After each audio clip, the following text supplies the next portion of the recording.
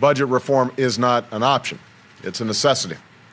The American people are entitled to transparency. We can't sustain a system that bleeds billions of taxpayer dollars on programs that have outlived their usefulness or exist solely because of the power of politicians, lobbyists, or interest groups.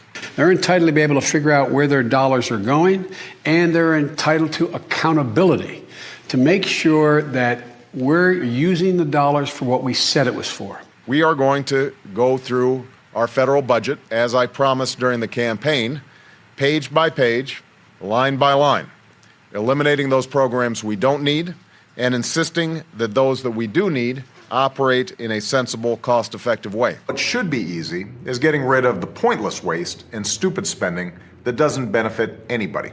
We hope to be instilling an entire new culture that not only our administration, but every succeeding administration will in fact pursue. No amount of waste is acceptable, not when it's your money. Yesterday, I met with a manufacturing company, but they also are engaged in getting young people more engaged in manufacturing.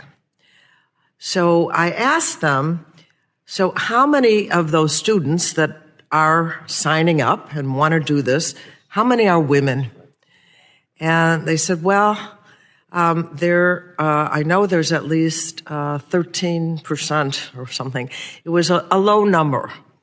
And you had mentioned trying to engage more women in manufacturing. I'm just wondering if just the name manufacturing sounds like a guy. Black excellence scares Donald Trump. It scares Stephen Miller. And it scares Elon Musk. Because you know what? Deep down, they recognize their own mediocrity. And so they're doing everything they can to entrench the racial wealth gap. And let me say this to all of the chattering class that so much focuses on those little tiny, yes, porky amendments. The American people really don't care. For President Trump, who wanted me to send his regards to every single frontline troop that's out here. He loves you and appreciates you. He has my back, and he has your back.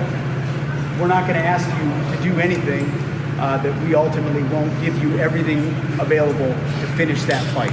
I know that's always what mattered to me when I was a platoon leader or at the company level. I wanted to know that my commander would have my back. And that's what my message is to you today. In this nice, brisk. So thank you for enduring it for us. Hope you get warm soon. Hope you enjoy a little time this weekend. And I would take questions if there are any. I'm happy to.